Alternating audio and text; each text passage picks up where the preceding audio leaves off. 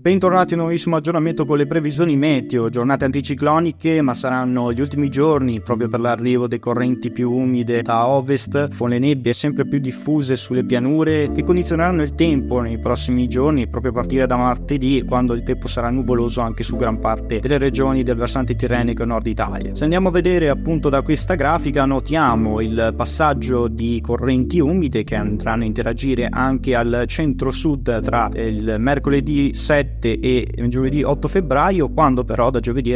seguirà una breve rimonta anticiclonica che condizionerà il tempo soprattutto al centro-sud, portando un netto rialzo delle temperature, mentre l'anticiclone sarà già indebolito sul nord Italia proprio per l'approfondimento di questi fronti atlantici che andranno a condizionare il tempo sulla Francia e successivamente sulla Spagna, dove si creerà questo minimo depressionario nella giornata di venerdì che condizionerà il tempo anche sul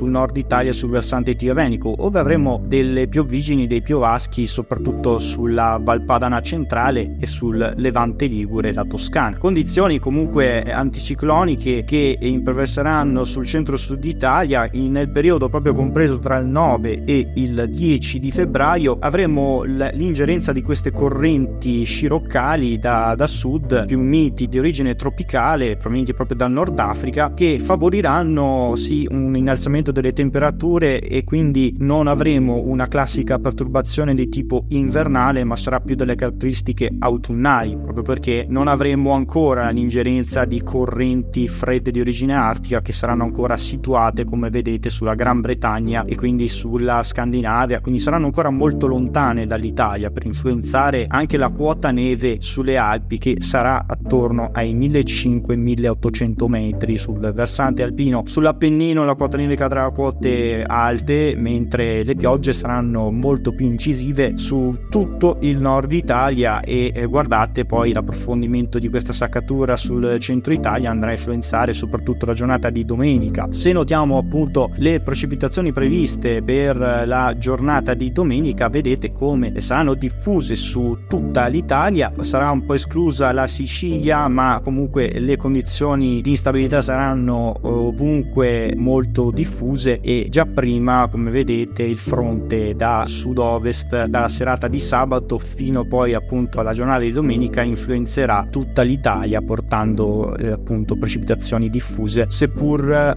deboli sul versante tirrenico, saranno più frequenti e molto più diffuse, come vedete, sul nord-est. Condizioni quindi instabili che contraddistingueranno il tempo poi anche dal 13 di febbraio, però assisteremo proprio dal 13 di febbraio ad una stabilità del tempo proprio sul nord Italia, quindi maggiori aperture, anzi su gran parte d'Italia, come vedete la stabilità dovrebbe ritornare proprio per l'allontanamento di questi fronti che dovrebbero agire molto più in basso, interagirebbero soprattutto sulla Sardegna, poi sul Nord Africa, ma la nostra attenzione si concentra soprattutto su questo minimo depressionario, perché in questo minimo depressionario, come vedete, richiamerà dell'aria molto più fredda di matrice artica che sarebbe responsabile di un ulteriore abbassamento della temperatura e quindi su valori che tornerebbero leggermente sotto la media stagionale. Se infatti andiamo a vedere le temperature previste per il 9 di febbraio, vedete venerdì 9 febbraio l'influenza, come abbiamo detto in precedenza, delle correnti molto miti di scirocco, con questo vortice dalla Spagna che arriverà fino al centro Italia, sarà responsabile ancora di temperature in media col periodo caleranno dopo una breve fase mite soprattutto sulle regioni meridionali, ma vedete il ciclone poi di origine artico dovrebbe riuscire poi a portare un sensibile calo termico anche sul resto della penisola a partire dalle regioni del nord Italia. Questa tendenza è ancora soggetta a molte incertezze perché la configurazione vedrebbe due anticicloni, uno situato sull'Europa orientale e uno sull'Europa occidentale, occidentale e quindi un blocco di correnti fredde di matrice artico-marittima sul centro Europa che manterrebbero il clima di stampo invernale nel periodo proprio tra il 13 e il 17 di febbraio, con possibili episodi nevosi fino a quote basse proprio in questo periodo, ma una tendenza questa che ovviamente necessita di tantissimi aggiornamenti, essendovi ancora una notevole distanza temporale. Ma per maggiori dettagli seguiteci sempre rimanendo aggiornati.